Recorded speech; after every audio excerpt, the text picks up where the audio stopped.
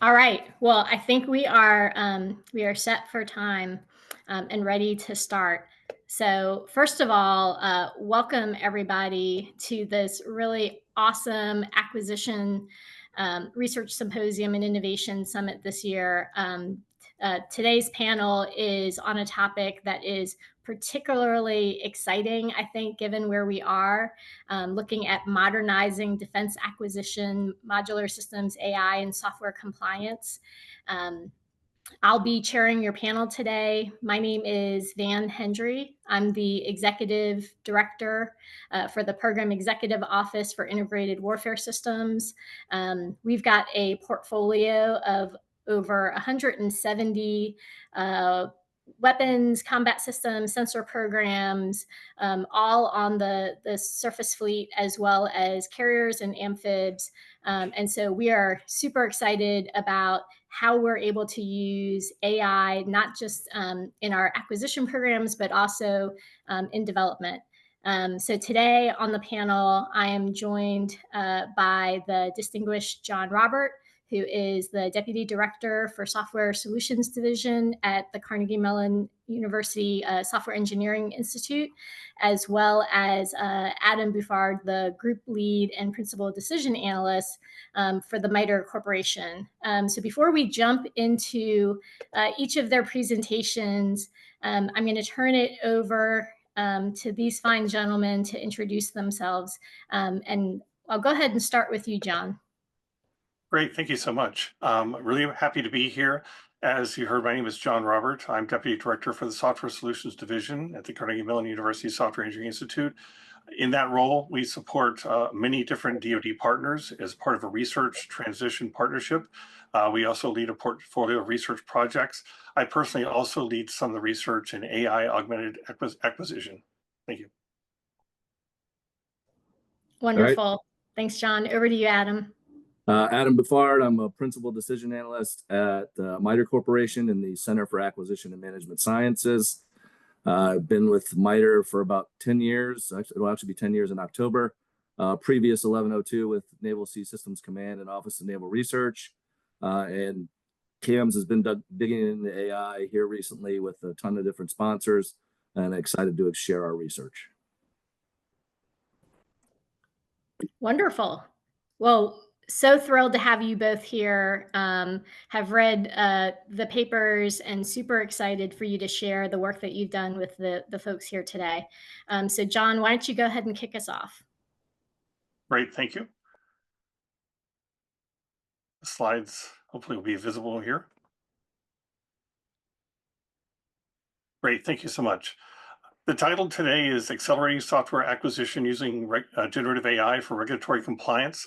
I first want to highlight the entire team. I lead the team, but we have a team which includes Carlos, Yash, Nanette, and our distinguished partner, Doug Schmidt, who's currently Dean of Computing at William & Mary.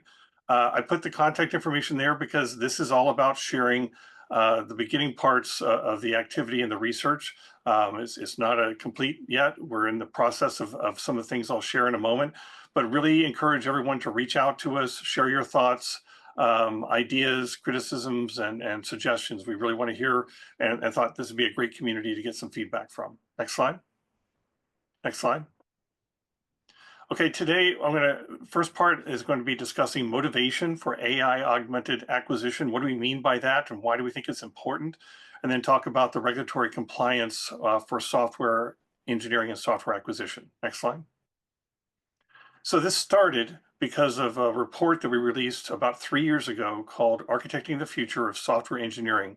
It was a research and development roadmap for the next 10 to 15 years, really trying to lay out really the challenge areas that we need to invest in for DoD, but also help the United States continue to be a leader in software engineering. Next slide. As part of that, we identified 6 different areas. And again, this is published a couple of years ago, but a theme that you can see at the bottom middle is AI and humans working together on a whole range of software engineering activities. And again, this came out before ChatGPT exploded, but there had already been work, of course, in AI augmented software engineering, and it was a growing area at the time. And if you go to the next slide, the 2 themes that emerged as the primary area of interest after we published this were the two you see here. One on the bottom left is AI augmented software development. That's using AI to create software and software pipelines. And the other one coming from the top down to the middle is engineering AI-enabled systems. This is having AI as part of the mission capability in the systems to deliver value to the warfighter. And if we go to the next slide, these two dimensions were highlighted in a blog, which you see here in the XY axis. If you look at the x-axis, the horizontal axis, it's the degree of which AI augmentation is used in the software development lifecycle. And the y or vertical axis is the degree of AI augmentation for mission capability or system operation. And the thing here is to see that today, most programs are in the bottom left quadrant using no AI for mission or for software development. And we're all on a journey to get to the top right where AI is used for both. And when we looked at this, obviously there's a lot of activity, but if we go to the next slide, we then were publishing an article that was in the Crosstalk in last summer. And we looked at the impact of not just AI on software engineering, but the impact of AI on software acquisition. And using a similar chart, you see in the Y vertical axis, it's still the degree of AI augmentation for system operation or mission capability. But on the X or horizontal axis, it's the degree of AI augmentation for acquisition. And we'll go through these a little bit as just examples, but next slide. Today, an example would be, no AI for mission capability or for acquisition, say for a GPS satellite. Next slide. Another dimension would be using AI for the acquisition, but there's not really a lot of AI in the system itself, like a guided munition, but we're trying to accelerate the acquisition by using AI. And next slide. Here's an example of a radar that uses machine learning. So it has AI in the system itself, but it does not have AI as part of the acquisition. And if we go one more slide, it's the combination of both. We're using AI for maybe an autonomous vehicle. And these are just simple examples, but the point is there's a spectrum and a range of different applications and new areas to explore for the acquisition community. Next slide. So as we had started to look at this, we said, okay, let's do some use case identification for a typical acquisition community, acquisition team. And if you go to the next slide, one of the first things that happens is that if you have the different acquisition pathways, an acquisition person is looking at the DoD policies, the industry standards, the DoD guidance. The next slide. You see immediately that if you're an acquirer, you have a huge range of documents to look at, and they're not always consistent. So you have to internalize and develop your own mental model about how all these things interrelate and what are more important and which policies are maybe more important than others. So as we go to the next slide, not only does an acquisition person have to deal with all of that, but then they're trying to apply it to a system, and it has different releases all in parallel. One release may be doing development and testing, while another release is doing design, and a third release is in the early requirement stages. So they have to apply all these documents into multiple software releases for their system in concurrency. Next slide. And then it's enough to make you scream, as you can see here, because then you have to apply all those different concepts to all the different releases and for different systems. A lot of times people are working on multiple programs. And there's just such a mental overload. Our focus is how do we help the acquisition teams that are facing this kind of situation? Next slide. So the graphics didn't come out. I don't know why that is, but they're not showing up here. But the idea is that if we take a simple example here, there's a software safety standard, which would be the A group. It decomposes into a set of safety requirements. In the B group, a more derived requirement, C, and then a more specific list of safety verification ideas, D. The idea is that if we look in more detailed use case, we see, if you go to the next slide, where the bottom text is there, graphics are not there, but this shows up that one of the common use cases, bottom line, that the acquisition teams are looking for is they're trying to find areas where the text or data is incomplete, inconsistent, or where there are discrepancies. And if you go to the next slide, we found this to be one of the most common use cases that people are trying to use AI. So obviously people are trying to use AI for things like summarize this document and document summaries. That's great. But if you really try to look at acquisition teams, they're trying to find areas of DID or document incompleteness, inconsistencies, or discrepancies. It's one of the first things they're trying to do in this overload sort of environment. And they're trying to find those hot spots that they need to investigate further. Next slide. Next slide. Okay, so where this leaves us, we think this did use case is one of the most important for the acquisition community. And it's about finding the right human and AI teaming, because we all know that AI has some limitations. So to repeat, AI is to help detect did or the inconsistencies and discrepancies. It is not to resolve the did. But if we can help make AI useful for the acquisition community for this purpose, we think it's one of the most important use cases. Next slide. Now, another way to think about this is another chart where we're moving from the bottom left to the top right, but there's many different variations here. In the bottom left, we have one policy document and one software artifact. So like a software policy and a software design document. But if we go vertically, what if we have multiple policies that we're trying to compare to that software design document? And what if we go to the right, we have, one policy, but multiple documents for the software artifacts, the requirements document, the design document, the interface specification, the code itself, all kinds of things. So we see that there's this tremendous scale to explore for even just this use case of did. Next slide. So we're going to go into the specifics next slide about regulatory compliance. So we don't have a whole lot of time, so I'm just going to hit the main sort of topic areas based on where we've seen things today. So this slide is about really reinforcing that we think the use case is essentially one of the first opportunities to look at AI augmentation in acquisition. And so the reason why we think it's important is that as acquisition teams look for inconsistencies, incompleteness, and discrepancies, these are the areas that as they explore can sometimes reveal that, hey, there's something really missing here that could cause a delay in the program, a cost overrun, or other kinds of concerns. And so it's about helping with the mental overload for those teams to find those areas to explore further and have them spend the time on the stuff that's most important. Next slide. So let's talk for a minute about the different types. And we've explored the space a little bit. So I would say this is a proposed taxonomy or summary based on what we've heard so far. But basically, under incompleteness, there's just one type where important context or terms are missing. It's pretty straightforward. We haven't divided that into subtypes yet, but that's certainly an area that acquisition teams are looking for. A second topic is inconsistencies, and there we have two subtypes of terminology and structural.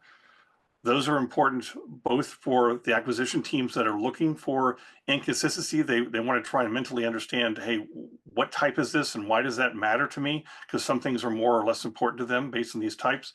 But it's also important as we test some of the large language models in generative AI to see if there's differences in their ability to detect these different types. And if we go to discrepancy, we have actually 4 different areas there.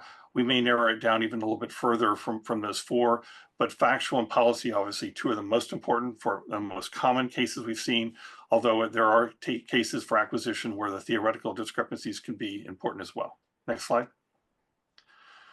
So now I'd like to talk about sort of the landscape, about the range of things we're doing. It's not to be comprehensive, but just to share a little bit about what we're doing so far. We took a software safety standard. Here we show a NASA standard, which is one of the ones we've used. We've also used Air Force standards, and we break it into a test sample set of, say, 100 plus specific statements from that publicly available software standard. They are reviewed by people, and some of the examples of the statements are where there is no did. In other words, the statements are complete and they're consistent. And there are also cases where there is a did of the types I just mentioned. Something is incomplete or inconsistent. So the test data set has statements that cover that range. And then from there, we apply that into various types of generative AI. Some are cloud-based, like ChatGPT or Gemini. Others are, we do have a standalone, it uses a RAG and Olama. For certain types of testing, because there are differences in their capabilities, of course. So in looking at the test results from all of those kind of environments, we're trying to assess with observations what is the art of the possible, where are things working well, and where are some discrepancies or concerns or limitations for the technology. Fortunately, but also unfortunately, this whole landscape, as everybody knows, is changing rapidly. The large language models are becoming more capable, et cetera. As we're going through this, which is great. Next slide. One of the first things that maybe seems obvious, but we've really started to explore as a whole dimension of this is the role of prompt engineering. And there's been some great papers, and we referenced some of these about prompt engineering patterns. and so on. And so we found that this is a very rich area for the acquisition community to explore and to share lessons in this area. We have found that one of the powerful things is having telling the generative AI to play the role of like a software engineer or a software safety engineer and look at things from a certain perspective.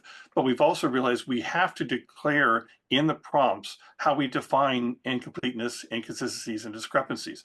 I mean, the terminologies can mean a lot of things in and of themselves. So providing specifics in the prompt really results in a better outcome and output.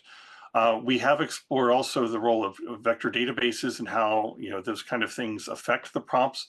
That's still an area to explore. But today, fortunately, like I said, a lot of the generative AI solutions, especially the online ones, have very large context lengths.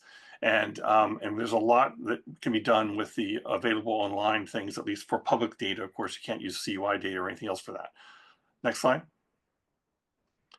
Another area that we see is really important is the testing frameworks. And one of the things we did is we looked at the testing frameworks that are used today in industry and how good or not good they might be at detecting DID, especially for our use case of software acquisition.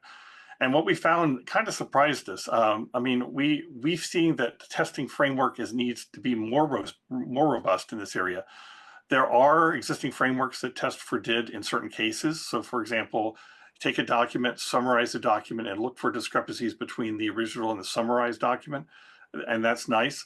But for our use case and some of the things we just talked about, we don't see the test data sets getting as robust and as specific in the areas that we need them to be in the acquisition community. So what we're advocating for is that we and others help build more test data sets and resources and frameworks to test out this kind of use case and really help shape what solutions are best for the acquisition community.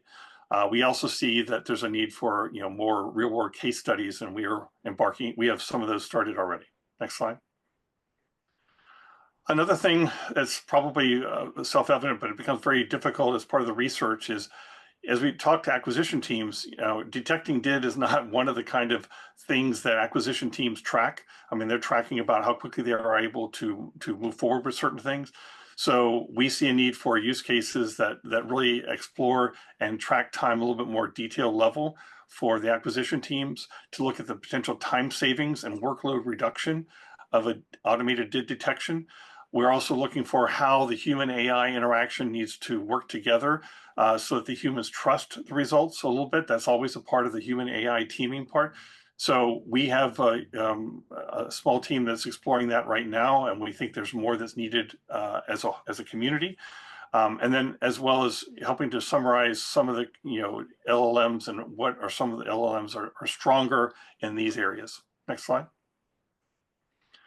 And so this is the last major slide. I just want to share that what are we focused on? And again, this is sort of a sharing for the community. We're focused on the 4 things you see here, exploring this space with different generative AI solutions and AI models, both standalone and cloud.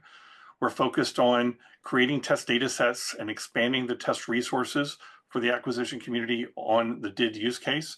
There's a lot of opportunity there. It does take a lot of time. I think one of the things everybody discovers as they get into this space is that going through the test data sets, it takes a lot of time. And especially for the human review, we're looking at multimodal DID detection with graphics, and then finally trying to validate the human in the loop and the human AI teaming. And that's all I have. Thank you.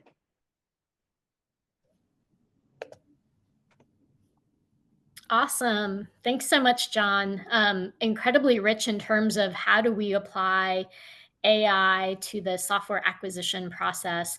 I think that's something that should resonate with most, if not all, of the audience, because as we look at how do we deliver eye-watering capability, the power that we can harness in terms of being able to accelerate is that software-defined capability.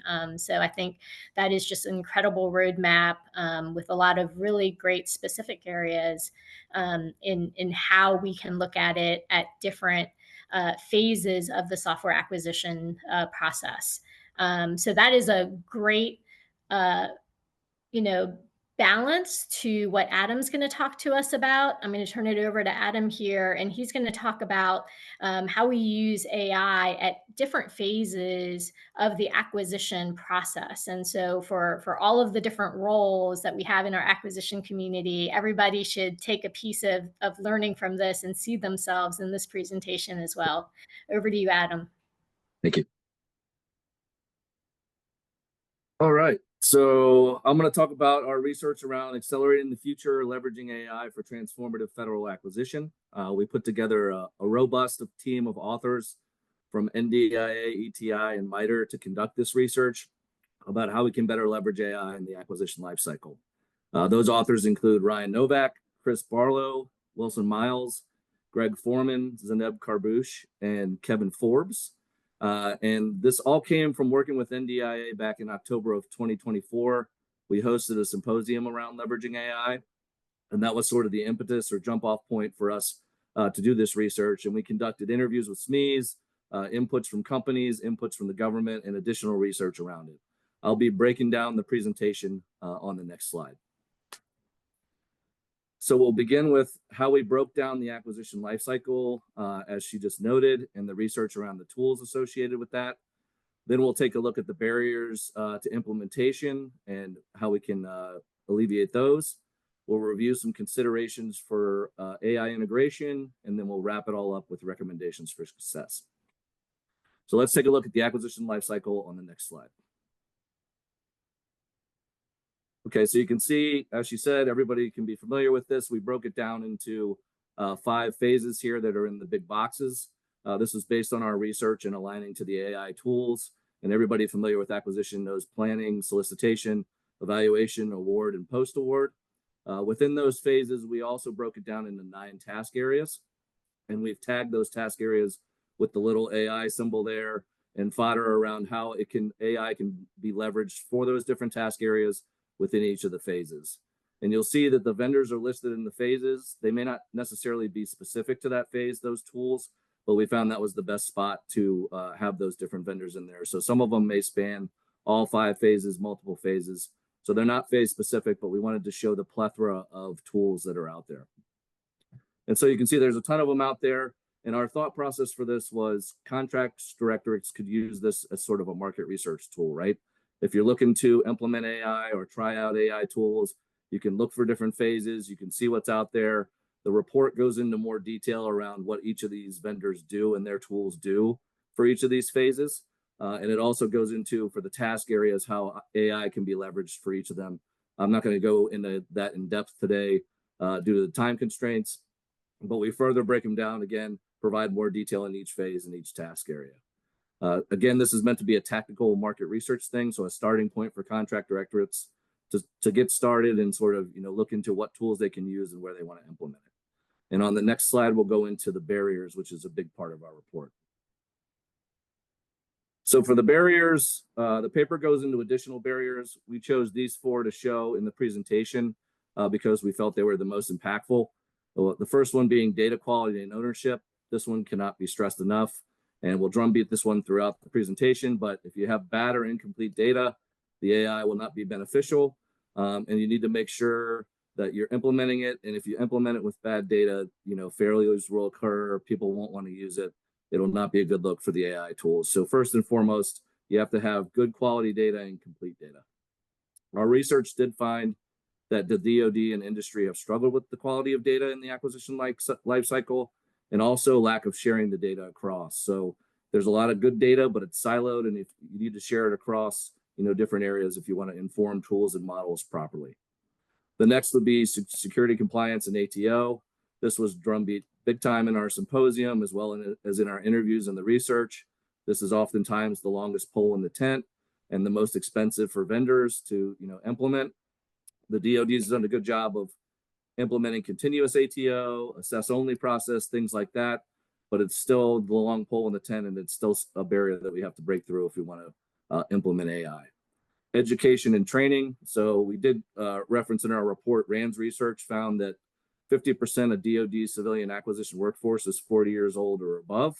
I am one of those 40-somethings myself, and I can tell you that I vehemently fought AI to start out, and I didn't want to do it. And then we had the symposium, and I sort of saw the light and saw, that the AI is a kind of a bullet. I call it the bullet train. And if you don't get on board, you're going to be left behind. So you want to make sure that you're doing education and training and sort of stopping the fear around the older civilians, as well as tailoring the training for younger civilians. So the tech savvy folks, I'm not as tech savvy as those that are in the 20 to 29 demographic these days, but you can tailor that training to make sure that you reach and do it with all the different age groups. And then cultural resistance and clearer incentives. So you have to break through that fear. Oh no, AI is going to take over my job if I start using these tools, or I can't go outside of the norm, or this is the way we've always done it. Rinse and repeat. Don't inject AI, just do it the way that it's always been done. And fear of getting in trouble or slowing things down. So right now, there's kind of a lack of incentives for 1102s or PMOs to use these tools. And it's something that the DoD and the federal government needs to work on. So taking these barriers into account, all 4 of these, and again, the report goes into a couple others. We put together some research around considerations for successful AI integration, which we'll see on the next slide. So this slide, it's a little more intuitive. I'm not going to spend as much time on it because, there are topics that, people are like, yes, this is what we need to do. But obviously, user and leadership buy-in. Top cover is given for any integration of tools, as you all know. If you have top cover, it flows down. People feel safe to use it. If you don't have that top cover, then obviously there's the fear we just talked about is a hard barrier to break through. Senior leaders need to provide clear guidance on how to use the AI, metrics to report against it, show the successes and the failures of the AI and learn from it, as well as provide funding, and most importantly, the ability to fail. So that's something that, permeates a lot of things and the buzzwords that people say, but it really is true. You have to be able to fail using these tools and learn from it in order to really get good at them and in order to make best practices to be successful with them. Procedural reviews, we need to keep those to mitigate the reliance on AI. You're always going to need the human in the loop, so keep those procedural reviews around to make sure that the AI is being used properly and that the impacts are proper. Acquisition and innovation activities, I'll talk more about this with recommendations, but you need to use these pilots and these innovation activities to try the tools out to make sure they're working properly and again, develop best practices. One of the biggest ones, and I'll drumbeat this again in our recommendations, is building modern data infrastructure. If you don't have the proper data infrastructure, the AI is destined to fail. So DoD and other federal agencies need to prioritize computing power to make sure that they have the stuff in place so these AI tools will work. Otherwise, people will use them, it won't be powerful, and then they won't be adopted. And then addressing the risk of skill decay. So a lot of people think, oh, if we use the AI, people are going to forget how to do acquisition. We're going to lose all that expertise, and we're not going to have any more acquisition SMEs. That's not the case at all with AI. It's meant to enhance. It's not meant to take over. So the training mentioned before, it needs to be well thought out, and it needs to safeguard the foundational capabilities of acquisition and the stakeholders that understand those intricacies. Do more so of the rudimentary and repetitive things, and allow the COs, PMOs, CSs to focus on the hard topics that they have to get through. And then the final thing here, coordination of information sharing. As stated before, it's critical that data be shared across MILDEPs, federal agencies, etc.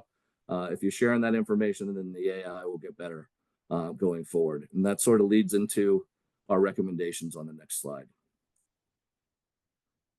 So you see the 6 recommendations here, implementing those, and obviously you'll hit the target there. That was the sort of funny graphic we have going on here. But the first one is cultivate collaboration and stakeholder engagement. We need government, industry, academia all working together.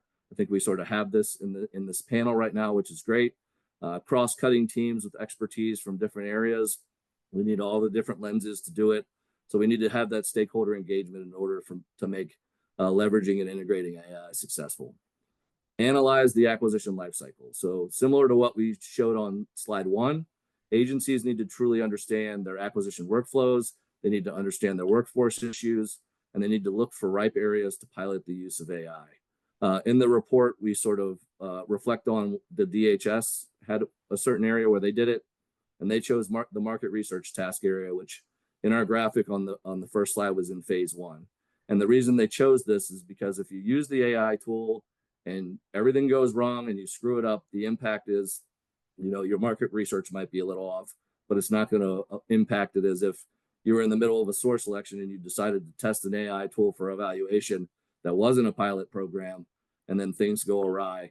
The impact of that is a lot more. So you can if you can break down your workflow, you can decide where to start and where to go and how to develop with leveraging the AI. Again, we talked about this earlier, but pilot programs and innovation activities, agencies have to have the appetite for failure.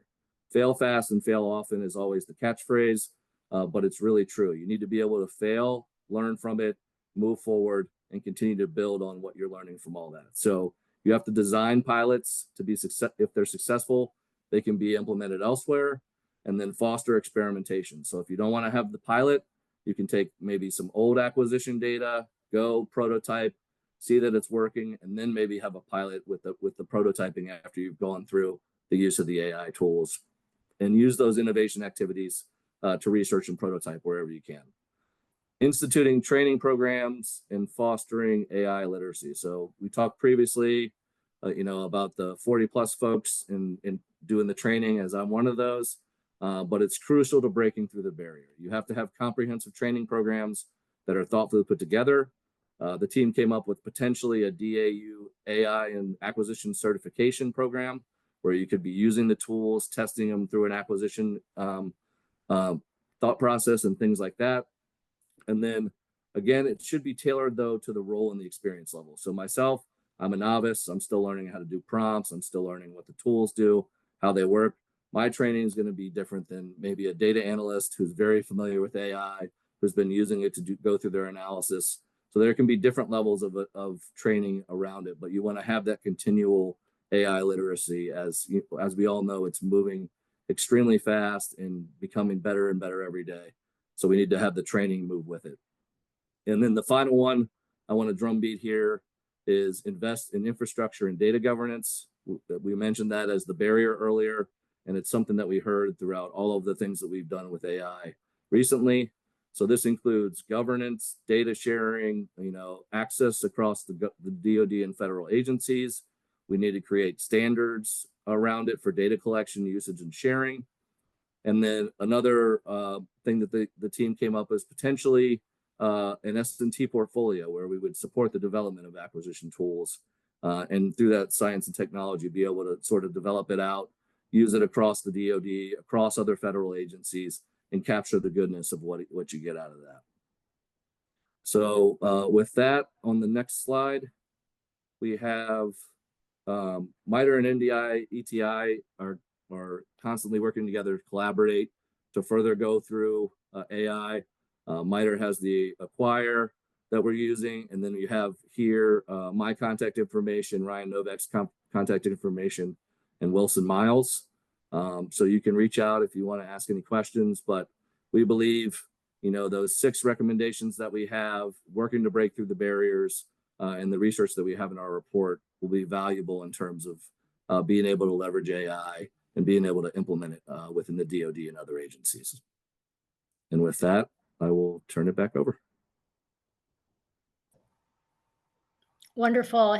Hey, thanks, Adam. That was a great presentation. And I love that you embrace the barriers and the cultural resistance up front in your paper and in your presentation. And I'm going to use that quote of the bullet train for AI, that if you're not getting on board, you're getting left behind. Because it really is the case that across the world, AI is in everything now. You can't turn on the TV or look at an Instagram reel or whatever favorite social media platform you have without seeing the use of AI, ads for AIs, and use cases in everyday life. It's almost like where we were decades ago with computers, right? And the first the first IBM computers that took up rooms and rooms and rooms, and probably no one imagined a day where you could actually own a computer in your own house and that you could use it, much less that we would hand them to children in elementary school for them to do their work. I think if we went back in time and we told people that, they would tell us we were crazy. And yet here we are in the world today, and commercial industry is way out ahead in terms of building robust models. John, in your paper, in your presentation, you talked about the power of natural language processing and context tools that really lower the barrier and accessibility, which is, I think what both of you have touched on in your presentations. So we're going to go to the Q&A, but before we do, I want to ask a question of both of you, and John, I'll let you answer first, and then Adam, you both touched on the value of data, the taxonomy, the organization of your data.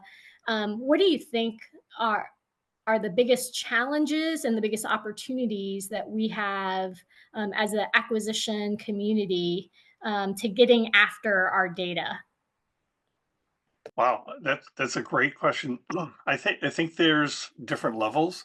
So one of the things that we've discovered is you start to try and apply these tools on a specific program, for example, with a specific customer.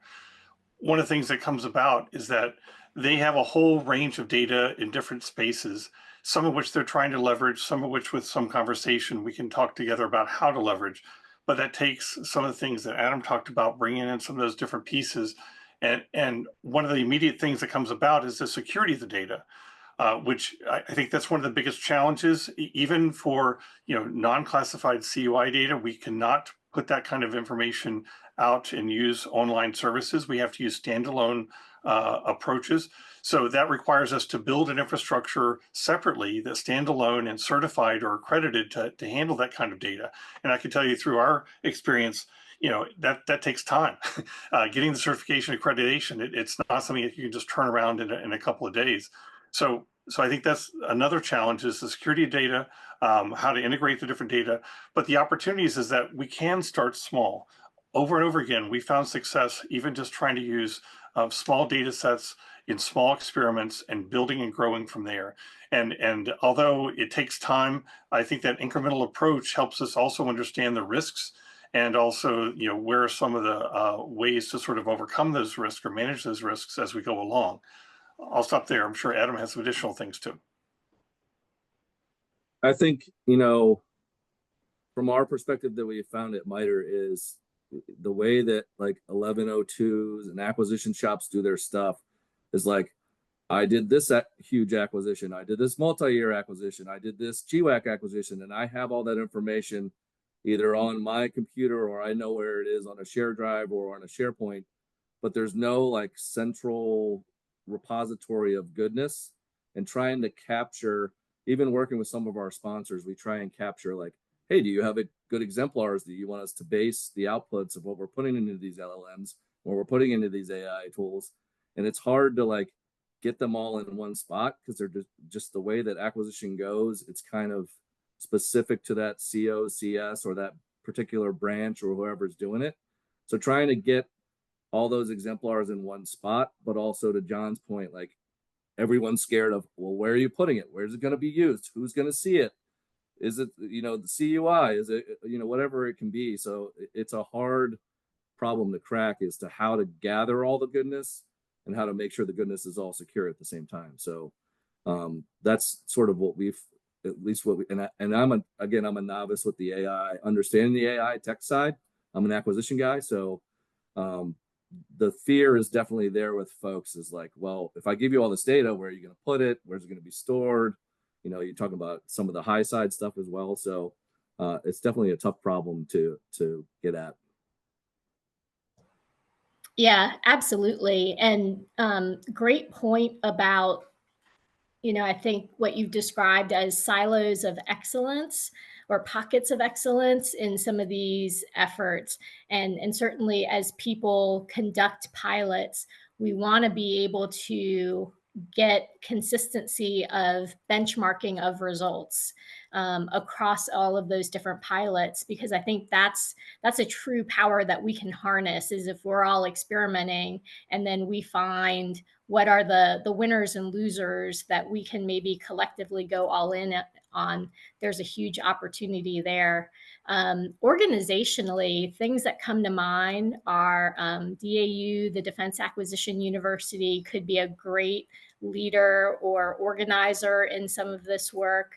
I think our acquisition chiefs within OSD, as well as the services, there could be an awesome kind of community of excellence or center of excellences that are set up to tackle this.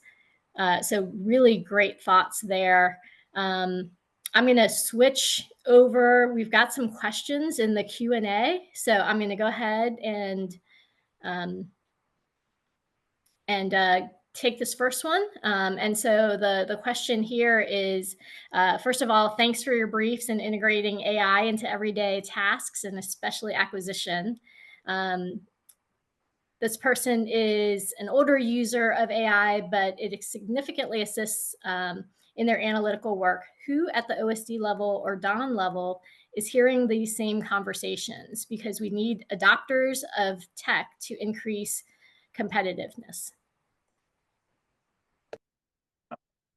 I'll start off. I think one of the things that's exciting is when we've talked about this across the different services as well as OSD, there are pockets of enthusiasm and change agents, I'll say, to try and adopt this kind of technology early.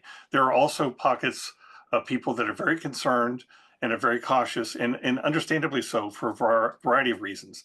So I can say, for example, we were at AFRL CIO recently had, I think the person stepped down now, but there was a lot of activity there to really explore this space. I know that we've had different people in OSD that have also tried to explore the space. Today, a lot of folks are trying to focus on efficiency as well as lethality and other, focus areas from the SecDef. And I think if we connect some of these AI opportunities to those overall objectives, there turns out to be a lot of support because we're all trying to accomplish some of the same things in terms of trying to do more with less, in terms of trying to deliver capability to the warfighter. And I think everybody wants speed and efficiency, but we don't want to sacrifice, I'll say, security or safety, right? We really want to make sure we maintain those concerns. So a summary would be, I think as we explore with the people that are really advocates, it's about having short experiments to make sure that we are not sacrificing the things that are important, safety and security, while applying this new technology in new ways. There's a lot of opportunity. It just takes steps instead of trying to jump too fast and maybe making some mistakes along the way. Over. So I think great. Thanks, John. Go ahead, Adam. To add on to that, at least from the MITRE perspective and working with NDIA and things like that, is just getting the exposure out there. We've had a bunch of sponsors come ask, like, what is the art of the possible here? How can we implement it? And MITRE has this, and you saw on the last slide, Acquire, where we're able to show them sort of the art of the possible, but it's sort of the beginning of the art of the possible, where the reaching out to the vendors that were on our first slide is really, getting exposure to those tools, using those tools, maybe having innovation labs where they can be exposed to those tools, and 1102s and PMOs can use them. So the appetite is definitely there, and everyone's reaching out. But at the very highest levels, I think leaning into it and maybe having innovation labs and things like that, where people can play with the tools, learn the tools, become comfortable with them. Because as I said in my presentation, I was afraid of it. I don't want to deal with it. I'm not getting on this one. I'm too old. I'm at the latter half of my career. I'm not doing it. But once you see that it enhances and it's really, it helps you and it gets you started and it gets you that 40, 50, 60% solution, you want to use it. So it's just really, to me, it's getting the exposure at the highest level. So they're like, okay, we can do this. But again, that security piece is always sort of tugging on the backside of it. Yeah, the security piece is so critical. And one of the things, I thought about with that first slide you had with all of the different vendors is a lot of those vendors are also typically components of our DevSecOps pipelines. And so I think there's got to be a vision as well for how do we build some of that data security, data governance, access controls up front. Where do we need to upgun our current DevSecOps environments in order to provide some of that assurity up front? And then probably, from a data standpoint, because you both talked about data, where are those data standards, data governance, right, that allows us to make sure that we've got a common understanding of how we protect it. So great answers. And it actually, the answers to John King's question feeds into Rachel Murphy's question, which is, are there any AI tools that are currently being used in the DoD for the general acquisition workforce? If so, where can they be accessed? Hoping to use it as my next job where I'll be working requirements management. Yes. So, go ahead, John. I was going to say, I'm sorry. No, you go ahead, Adam. Go ahead. I was just going to say, CDAO has a good Tradewin site. That's a good starting point to see some of those. And then, even just Googling it, there's companies out there that can do it. MITRE is a good conduit to get to them as well as sort of an FFRDC realm. I'm sure John, from an educational perspective, is aware of the tools and stuff that's out there. So just make the outreach, and then again, that CDAO Tradewin site is a very good starting point. And they even have some tools on there that you can use for market research or NAICS codes and things like that that you can sort of try it out and see what it's doing. So that's a good starting point. Go ahead, John. Sorry. Yeah, I think that those are great ideas, and I see that others have mentioned MITRE GPT. I've used that myself. I think that's a great early example of trying to use the technology. And I think what was really neat about what they did is they set up an environment for broad use, and people could try to learn from it, make mistakes, but also in a safe way, just try it out and get that exposure, as Adam was saying. That's a wonderful way to approach it, instead of just trying to be so cautious that we don't get it out there to enough people. I think also I'm aware of ACBot, and I think they're doing some really interesting things. There's so many opportunities to innovate in this space, but I will say that in the cases of trying to use it, even in classified environments, there's opportunities there if done carefully. And I think we need to explore the full range of opportunities to safely apply the technology in different use cases. I know for AI augmented software engineering, which is a little bit sort of on the side from acquisition, but it's a key part of it. There are so many different commercial tools that are out there to try and accelerate software development. And we need to find ways to leverage those for DoD in many different settings. Yeah, and on that last point, John, I know a lot of times I think because we, the government, as you've both mentioned, are seen as being very risk averse when it comes to new technology. Even within our PEO for integrated warfare systems, we've been really pushing for our vendors like, hey, a way you can control costs, a way you can get software out faster is start looking at the different code assistants, the AI-enabled code assistants, and where are you piloting that within the use of within software development processes for our contracts, because we're very open and receptive to that. And what's been a really fascinating conversation for me in my role is kind of getting the feedback from some of our industry partners of, oh, well, we thought we weren't allowed to do that. We thought, it's not in the contract. We thought there were government regulations against it. So we've definitely been trying to change the culture, right? And that perspective around, no, bring us those ideas. And if there's a barrier to being able to work more efficiently, let us help you. So yeah, that culture piece of just getting out there and using it is so huge. And I'm really glad that, some of the folks in the chat mentioned MITRE GPT and ACBot. We use those in my organization as well. We encourage the use, and we've got teams that come up with use cases. And this is another piece that you've both mentioned in terms of the champions, finding the champions within your organizations, leaders being champions of using that technology. So when you find a great use case, put it in the MS Teams channel for your work group, share it across your enterprise, Teams chat, so that other people can see it and realize, to Adam's point, it's not so scary. I think it's also, partnering with external stakeholders that you may be working with, and kind of looking at those workflows that go between your organizations or between your work groups, and figuring out how together you might pilot something could be another great way to kind of overcome that resistance and really learn together. And industry is ready to be collaborative, so Yeah, you can reach out to industry as well. They want the government to be more open kimono, more collaborative. So that's one of the ways you can do it, is outreach and working with them, maybe giving them data to make their tools better while they show you the art of the possible.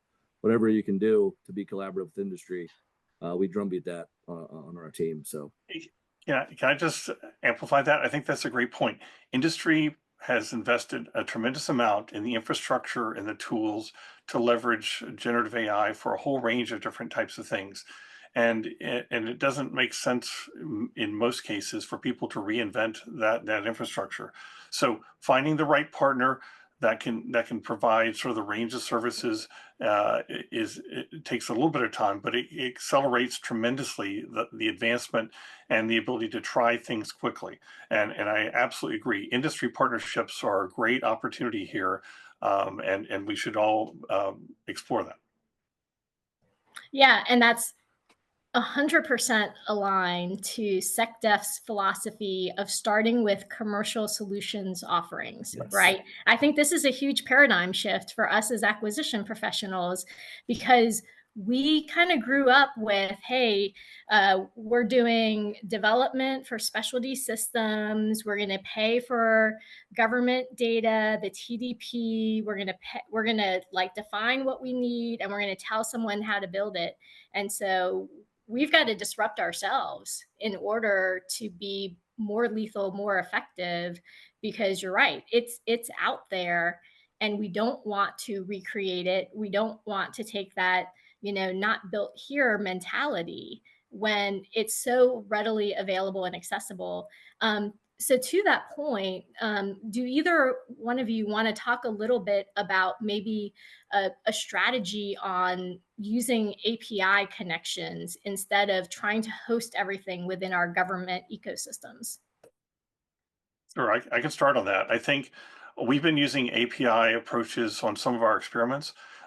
Excuse me, it's very powerful. I think the API connections allow a lot more interaction at a deeper level of detail. So we found that we can sort of parse together pieces from different API calls and control some of the things. So it's the chat interface is helpful for most people to get started, but the API interface is just far more rich in terms of some of the things that can be done. So absolutely think it's important as people look to scale their use of AI. Now, we've been able to do that, in GovCloud kind of environments, kind of things for CUI kind of examples. So I think there's opportunities to use it also at a scale that's very helpful. But we still have to be accredited. We still have to go through the process to make sure that the data is approved for use in the context that we're trying to use it. So there are still steps that have to be done. But after you get to that point, it becomes sort of a snowball effect that you're able to start to have rapid use and rapid productivity as you start to build and build and build. And I think it's worth the time. So I know that, I guess I just want to encourage people to not give up as people get started trying to go down that path. There's a lot of opportunity, light at the end of the tunnel kind of stuff, even if they start small. Yeah, I don't have anything to add. That was a great answer. Yeah, that's awesome. Thanks, John. Yeah. And then I realized we should probably back up just a bit to make sure everybody is part of the conversation API. Do you want to give just a quick explanation Sure. of what it is? It's application programming interface. So it's the interface where people will write code and make certain calls. There's different types of APIs, et cetera. But a lot of these generative AI solutions have an API that's made available to developers, and they can use different languages such as Python and create very rich sort of interactions to call the large language model with different prompts and then parse the responses in different ways. And so, for example, if you're trying to do, something that takes 3 different steps, at one time you had to break those steps up and then send each of the 3 steps to the prompt and then combine them at the end. But now a lot of these solutions have become more robust and more capable, so that even today you can send a prompt without breaking up into 3 steps, and it'll provide the answers. Now there is a cost associated. The more recent models, the deep learning models are more expensive to use. The latest models are not always available for government use that are compliant with CUI. So there's a number of challenges, but I think we've seen that it continues to grow in opportunity. Awesome, thank you.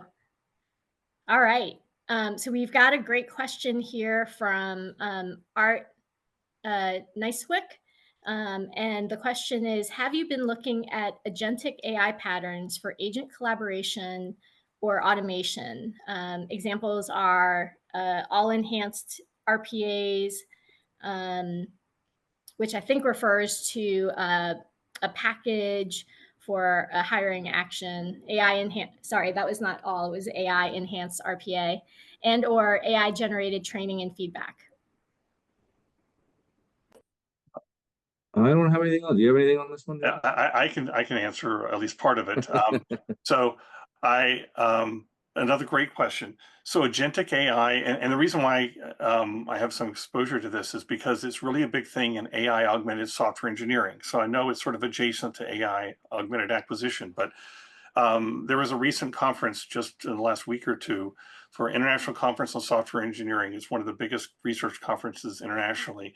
And agentic AI was one of the big topics there. So what I'm trying to say is agentic AI in the context of AI augmented software engineering, it is one of the hottest topics, not just by researchers, but a lot of commercial companies. The idea there is that instead of just having one big large language model that you interact with in prompts, what if you had software agents? Each of those agents have access to a large language model or generative AI, and each of those agents can have a certain role. So for example, in software development, you might have a coder. You have another one that does architecture, one that does coding, one that does testing, one that does deployment, and then one that does safety across all of them. But you have this sort of model where each agent has a different role to play, and they interact in ways that allow them to work together and collectively create this momentum to develop software. And the same could be applied in different contexts. Maybe it can be done in legal or medical or even acquisition context. The power of it is its ability to have different areas of interest sort of focused in one agent. It's also the ability to scale. There are different agentic AI frameworks from all the different companies you would expect. I think there's some challenges that they're looking at, like having each agent be too independent has some concerns, but if they too collaborate a whole lot, they can get sort of stuck. So, and I think the data exchange and frameworks for exchanging data is an area of interest that is being explored. So it's still an area that needs some development, but it has a lot of potential. I mean, imagine today if you have a software development team of 50 people, what can be done with that kind of capability? Now imagine each of those 50 people can create agents and have their activities magnified so that each of them has another 20 people or so. It's a way to magnify the capability of the current teams, and really software has been a pacing activity in many acquisitions. As we know, the software development can get behind and then the whole program falls behind. The GAO reports are often very frequently talking about software. So I think it's an opportunity for us to overcome some of those barriers and challenges. Sorry for the long answer, but it's an exciting area that needs some more work, though. It's got some areas that still need to be explored.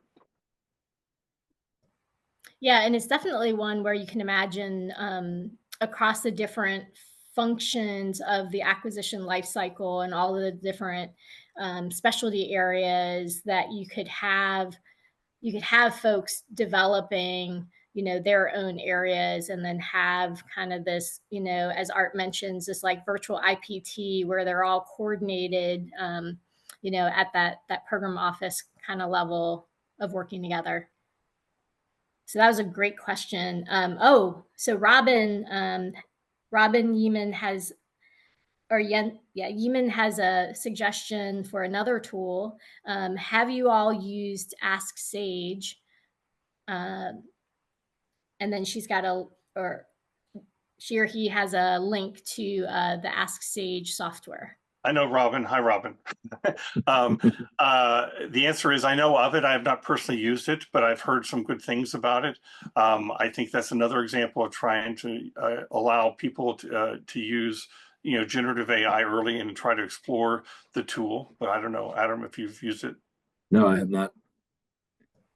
So this is a great question because we've actually used it in our PEO. So we've got two NPS students who are with us, and this was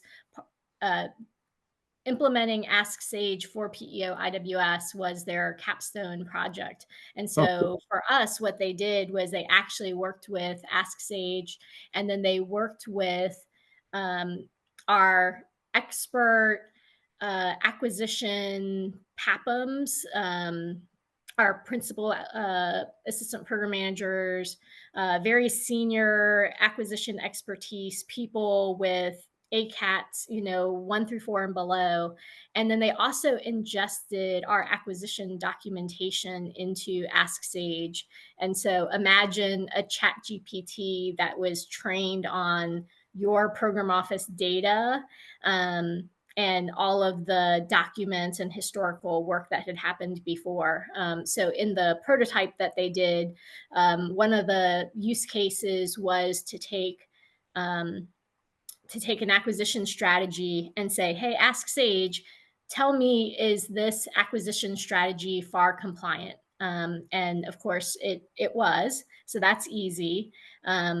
But then what the team did was they changed some things, omitted some things, and intentionally corrupted the document and kind of put it back through again.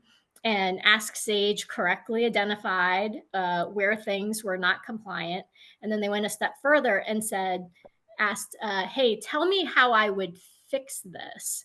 And so using kind of the, you know, lookup of retrieval of the FAR language, but also having all of that context and being trained on the acquisition data from that part of our PEO, it was able to make really solid recommendations. So we're now putting it into production. As I mentioned, we pulled those two NPS students into sort of a utilization tour into our organization. And so we're doing, just as you both mentioned, a pilot that we're trying to quickly scale across the PEO, and there's a lot of interest across the broader Navy enterprise if we're able to, you know, get this going. But definitely something we're trying to start small and get big quickly. That's great. Awesome. All right, so Robin has another question. Let's see, what happens if you use an AI code assistance tool such as Cursor, where you have access to 2 code bases, and when you aggregate data from the 2 code bases, it changes the level of classification? So I'm trying to figure out if that means, it says, what happens if you use AI? If the question is really getting at, you know, security classification because of aggregation, if that's the concern, or if it's about something different. But I think security concerns, including aggregation of data, is absolutely an issue that it continues to be a challenge for many of the different environments and things that we're working with. I do think that if it's just code bases, I think a lot of times the code bases are unclass or CUI, and they're not, the attempt is to not have code bases classified, at least from my experience, at least as much as possible. So I think, some of those answers are not up to AI engineers or acquisition professionals. They're up to the security professionals. And so I defer to them on the rules and the guidance on how to resolve that. But I think the bottom line is that we can push the envelope a little bit in the sense of the AI tools. If the data that we give them is bounded in some way, and we feel like it's safe to use, then the AI tools output is to some degree bounded by the data they're provided and the training data they've been given, right?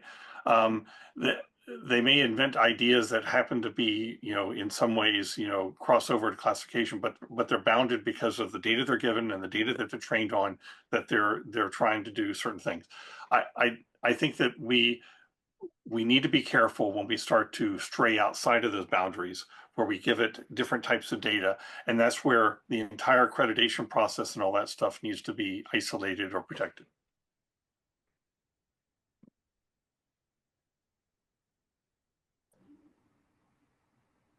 Yeah, thanks, John. Adam, were you about to unmute? No, I don't. John's covering all these tech ones. It's okay. He's got Good team. He got my back. Yeah. Awesome. All right. So our next one here is from John Wall.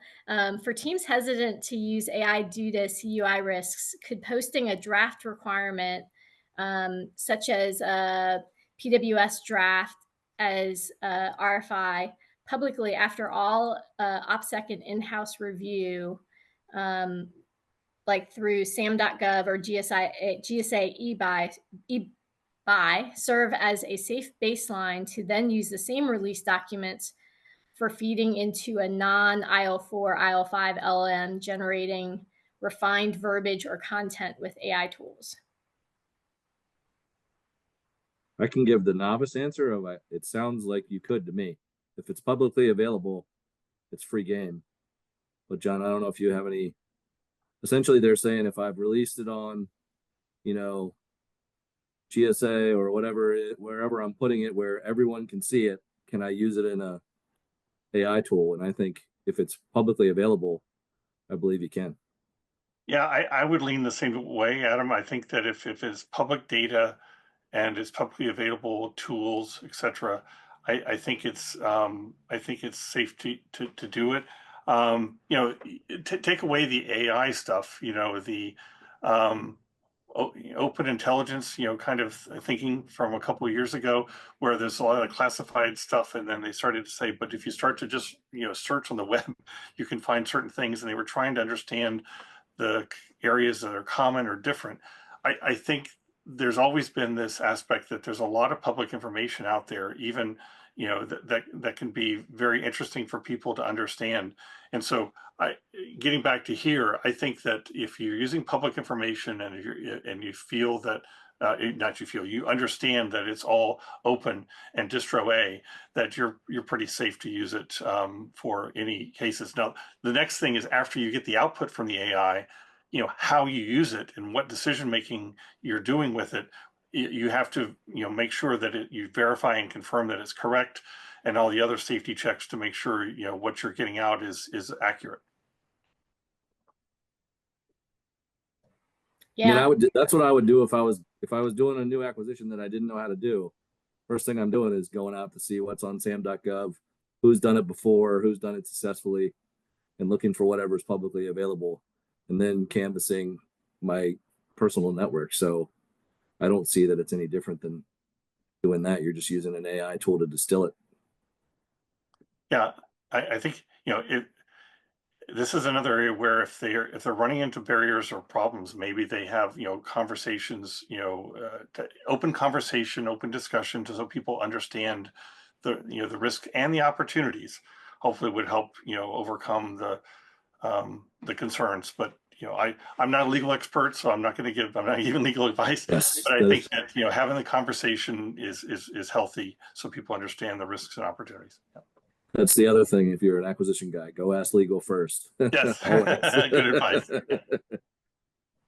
Yeah, and it goes back to the comments that have been made about the human AI partnering and teaming, right? And so, Adam, you gave a great example of, hey, I'm going to start with sam.gov or gsa.gov, and I'm going to look to see what else is out there. And it's an incredibly powerful use case to be able to go to your favorite public large language model and, you got to work through some prompts, but just say, hey, write me a statement of work for, a nuclear fission powered lawnmower using this input as a model, right? And to the point that you made before about starting to just play with it, hey, if it gives you a 40% solution and you've got to do the other 60% of the work, that's far better than starting with 100%. Yes. And I think we all recognize in this time when there's a lot of changes in the federal workforce. We've had a number of people leave through things like the deferred resignation program, natural attrition, retirements, change in careers. There's definitely fewer people than there were in the workforce a year ago. But at the same time, there's also huge opportunity. The technology is far more advanced and far more accessible than it was a year ago. So I think it's these types of conversations like we're having today that really open up the aperture and open up our ability to do incredible things and to just really think, act, and operate differently than we have in the past. All right. So we've got just a few minutes left. I would love to turn it over to the two of you for any closing thoughts you may have. Adam, I'll start with you, and then we'll go to John after. Just collaborate, reach out to, guys, gals like myself and John, reach out to industry. That's the big thing that we found is, collaborate, be open. And usually if you'll get good impacts from doing that. And people want to all be stakeholders in this as it moves forward, and the EOs are coming out pushing AI. The more collaborative you can be with everyone, the better. So just reach out. Don't be afraid to ask. Over to you, John. Great. I've really enjoyed the conversation. And as I just said, I think there's a lot of opportunity, right? And I think as we explore any new technology, there's always risk and reward. This is no different. There are so many different rich opportunities to explore and help the acquisition community. I think the use cases for just the acquisition community could take years to really work through and understand and explore. And it's such a rich environment to collaborate in new ways. So I would just encourage more focused time on helping each other work through the problems, share the experiences, and even if mistakes are made, sharing some of those, sharing prompt engineering, sharing some of the results of what we're seeing for using different generative AI for different use cases, sharing test environments so that we can help each other test certain things to see if which solutions may be better at certain types of problems. And the wonderful thing is that industry is innovating so fast that we've seen just in the last 6 months compared to the last 6 months before, the capability is really growing dramatically. So I see a lot of opportunity ahead. Awesome. Well, thank you so much. This was an awesome way to spend an afternoon. Thank you to all of our participants who joined us today. It's clear that, Adam, you and John are definitely champions that we all want to connect with. And then the folks who participated with us today, it's our job to help unfreeze that frozen middle and to really change the course on adoption of AI so that we can all get on that bullet train together. Thanks, everybody. Thank you.